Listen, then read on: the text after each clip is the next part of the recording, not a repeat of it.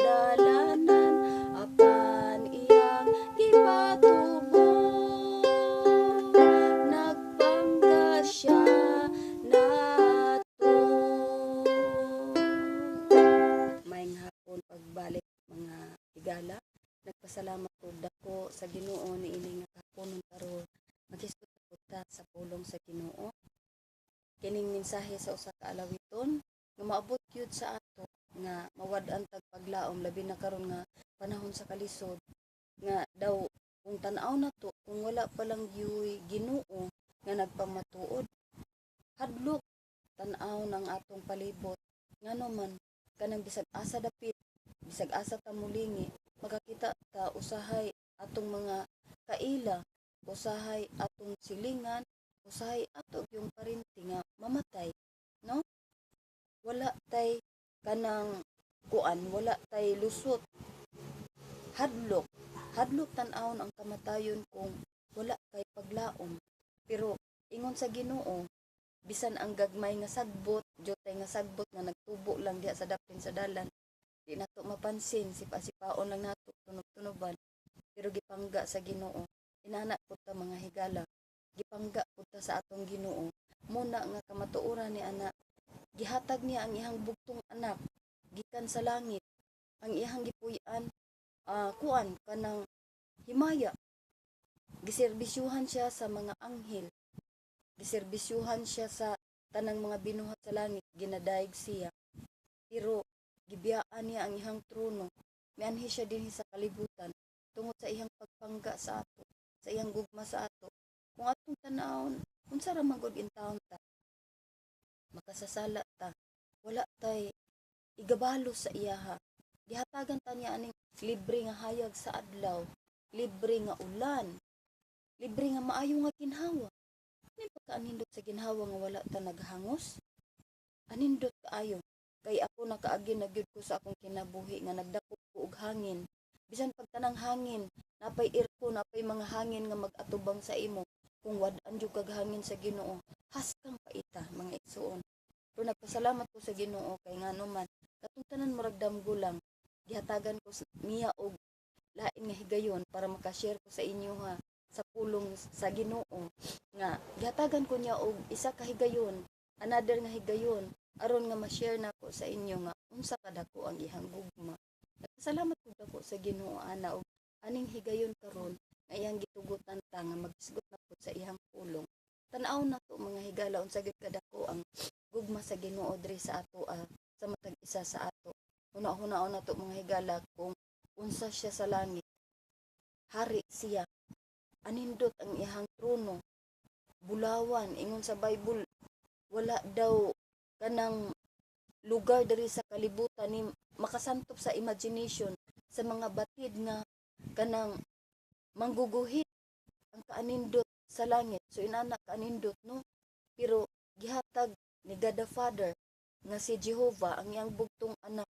nga mao si Jesus Christ ug si Jesus Christ pod gibiyaan pod niya ang iyang trono miobey siya sa iyang papa nga si God the Father Jehovah nga moanhi diri sa kalibutan tungod nato nga makasasala kay siya lang ug walay lain ang makahatag sa ato og kanang kuan kanang siya lang ang makahatag sa ato og kanang gitawag nga paglaom kung wala siya makaanhi sa kalibutan kung wala niya biyae ang iyang trono kung wala ni God the Father ihatag ang iyang bugtong anak kung iyang gihikaw sa ato wala gyud tay paglaom mga higala katong sa unang episode nga atong gisgutan ang kanser sa kamatayon nga naay impierno nga atong adtuan mao gyapon na karon ang padayonon nato pagtalakay kay maupod na ang rason ngano nga gihatag ni God the Father ang iyang bugtong anak imagine mga higala kung ikaw isa ka nanay or isa ka kapapa karon nga naa kay daghang mga anak naa kay 12 ka mga anak or more than or tulo ba or duha basta kay more than sa isa di gyud ka mosugot nga nay isa ana nga patyon para lang ma-save tong isa ka tawo pero si God the Father nakita niya nga wala gyud laing sumpa nga makaadto ta sa pag-antos nga wala gyud katapusan ang iyara yung bugtong anak mga higala gibiyaan niya ang ihang trono gihatag ni God the Father ang ihang anak diri sa kalibutan nga nagantos. Kabalo mo mga higala, si Jesus ingon sa John 3:16, nianhi siya sa kalibutan ug ingon siya kung mutuo ta nga nianhi siya dinhi maka baton ta og eternal life, kinabuhi nga walay katapusan. Dili na ta kanang hukman sa silot, kanang giingon niya dinha, dili ta hukman sa silot. Unsa man nga silot? Sa inferno, kung atong tuuhan si Jesus sa panahon nga grabe gid ta ka makasasala. Nakita na sa Ginoo, bisan taliwala ni anak mga higala. Nakita niya nga ang iyang anak pag maabot diri sa kalibutan, dili siya himayaon. Sugod sa pag-abot gid niya diri sa kalibutan mga higala, ang iyang gugma grabe gid og sakripisyo. Nganuman, wala siya ipakatawo ni God the Father sa adunahan nga pamilya. Wala siya ipakatawo sa mga family sa royal family ba, sa mga kana bitang blood nga royal, kana mga king and queen ana.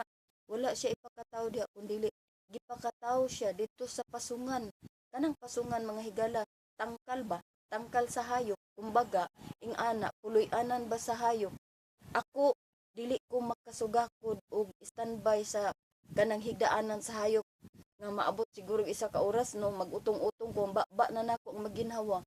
Pero imagine na mga higala, pila ka oras si Jesus nag-standby dito sa kanang balay sa hayop, dito sa pasungan sa hayop. Sari-sari ang tae dito, sari-sari ang ihi dito. Grabe gyud. Wala siya na andami og lampin. Atong tungura nga gianak siya. Giputos lang siya sa sanina sa iyahang papa diri sa kalibutan nga mao si Joseph. Imagine na higala, gisakripisyo ni God the Father yang bugtong anak. Ikaw papa, ikaw mama, sa panahon nga nagburos, ikaw nga mama o ikaw nga papa, sa panahon nagburos ang imong asawa, bisag unsa ta kakabos, mamalit gyud ta og kanang sako sa harina. Kuso-kusuhon gyud nato sa dugay nga panahon, hulum-huluman og mga sabon, butangan pa gyud nato og chlorine para gyud nga muputi kung wala tay ipalit atong ready-made na nga mga gamit sa bata. Magpalit gyud ta anang sako sa harina kay medyo barato ra. Pero imagine ninyo mga higala, si Jesus walay makatupong sa kalisod sa iyahang naagian kay wa gid taon siya nakalampin. Imagine na, unya naapa gyud siya sa pasungan. Baho, pagkataon niya baho, unya naa siya naghigda sa kanang kumpay. Imagine, kanang kumpay, hait na, katul, daghan ng mga pinupino nga dapaw. Imagine na, katul na kay sensitive pagkaayo ang panit niya, no? Pero didto siya nagpakataw, nga naman to, tungod sa iyang dakong gugma sa ato, ingon sa Juan 3:16, kay gigugma gyud sa Dios ang kalibutan nga tungod ni ana, gihatag niya ang iyang bugtong anak mga higala, ni ara gihapon sa Biblia.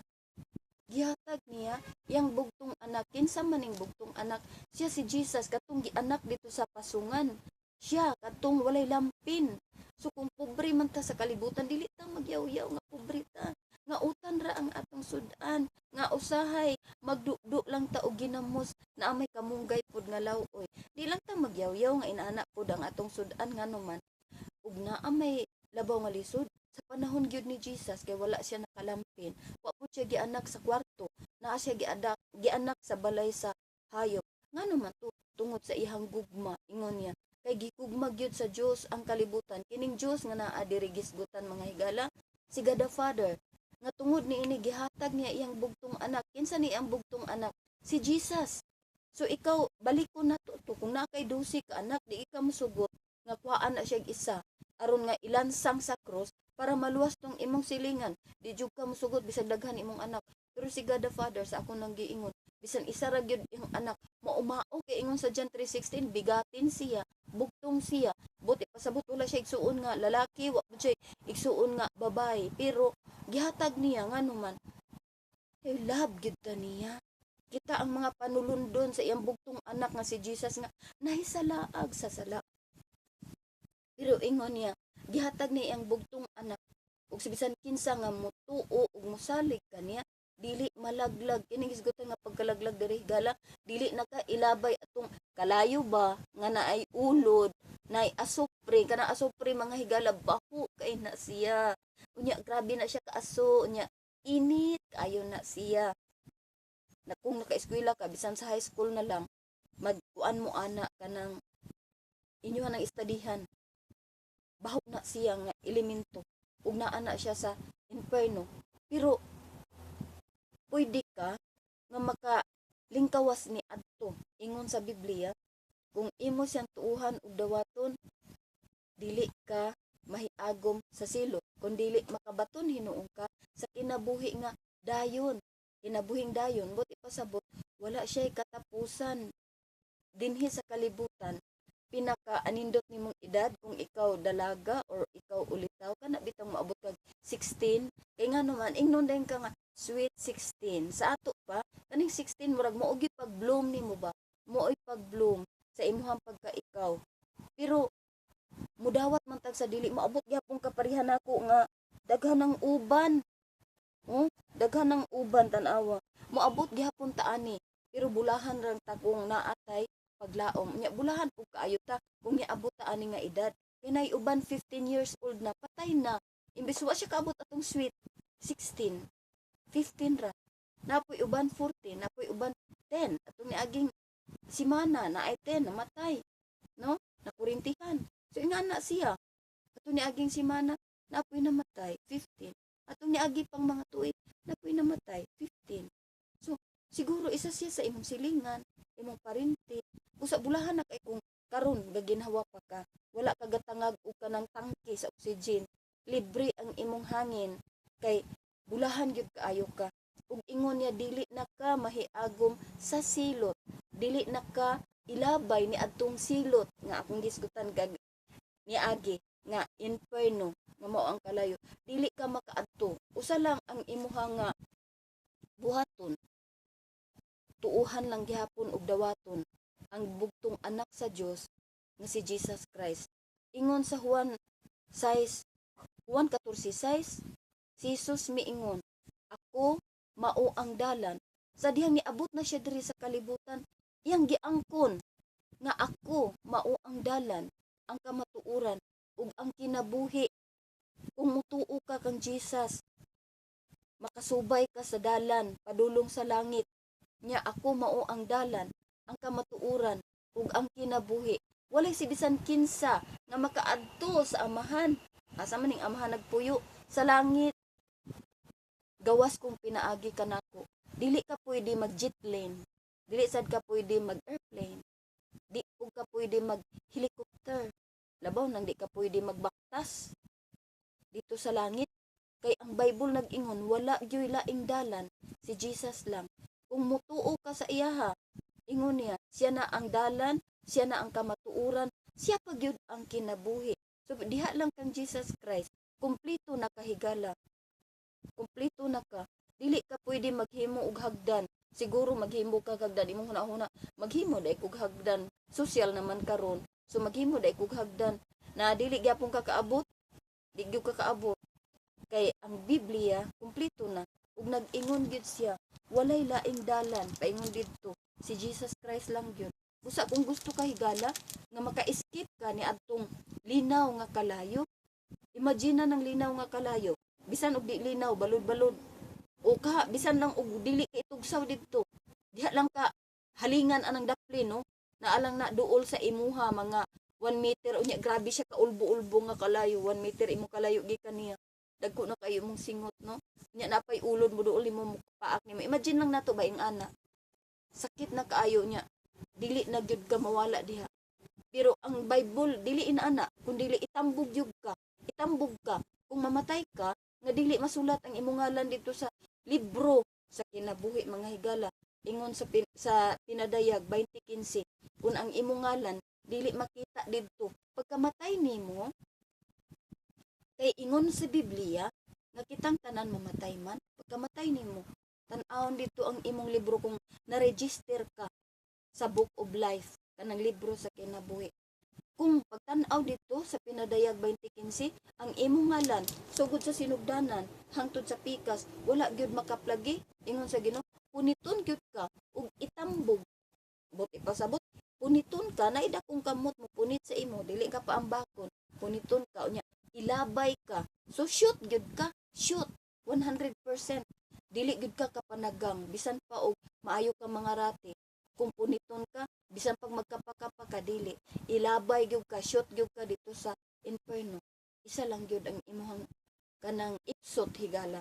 Dawata si Kristo karon kay ingon sa kanang Juan 3:16, dili na ka makaangkon sa silot. Ingon niya, akong balikon, ingon niya, kay gigugma gayud sa Dios ang kalibutan nga tungod ni ana iyang gihatag iyang bugto nga anak si Jesus Christ aron si bisan kinsa nga mutuo ug mudawat kaniya dili malaglag, dili ka maadto sa inferno, kun dili makabaton hinuon ka sa kinabuhing dayon, dili diri sa kalibutan mga higala, kun dili kinabuhing dayon didto sa langit, human aning atong kinabuhing dayon. So, buhi man ka karon diri sa kalibutan galakaw-lakaw pa ka, pero mas maayo tong na-register ka daan sa langit. Kay wa ta kabalo kung moabot ang ato ang kanser sa kamatayon, bisag unsa nga edad, o unsa man nga nawong, matulog ba ka nga may sakit, maligsan ba ka, o unsa ka, digid panunlo mga igsuon, o mga higala, moabot gid sa ato ng kamatayon. Pero, bisan pag maabot na, kung andam na ka, kung imong hatagan og panahon si Jesus nga tuuhan o pasudlon si imong kasing-kasing para mahimo nimong Dios og manuluwas, mamarkahan, malista ang imong pangalan, ma-register dito sa libro sa kinabuhi. So, kung gusto ka nga masulat ang imuhang pangalan sa libro sa kinabuhi, isa lang gyapon ang imuhang gimbuhaton mga higala. Subay ta sa dalan nga mao si Jesus Christ, kay siya ang kamatuoran ug ang kinabuhi. Susunda kining mao gyapon nga pag-ampo. Hamubo lang kaayo higala, kayo una ko ang imong panahon sa kinasing-kasing Diod para makaipsot ka niadtong silot nga giandam sa Ginoo para ra sa yawa og sa iyang angel, para di ka maapil didto. Sundan ning gamay nga pag-ampo, kaning hamubo nga pag-ampo ug isipa nga imo kining kaugalingon nga pag-ampo. Ginoong Hesus, nagpasalamat ko nga ikaw nianhi sa kalibutan aron pagtubos sa ako nga usa ka makasasala. Pasaylo ako sa tanan na akong sala.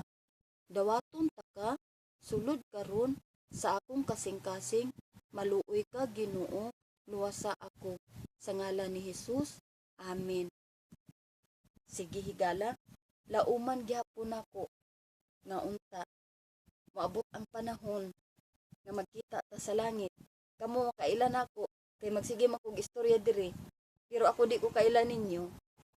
Ang uban makaila pud siguro ko, pero hinaot pa nga nakaila man ko sa inyong wala, pero magkita ta sa langit kung inyong gidawat si Jesus. Salamat kay higala, hangtod sa sunod. God bless you.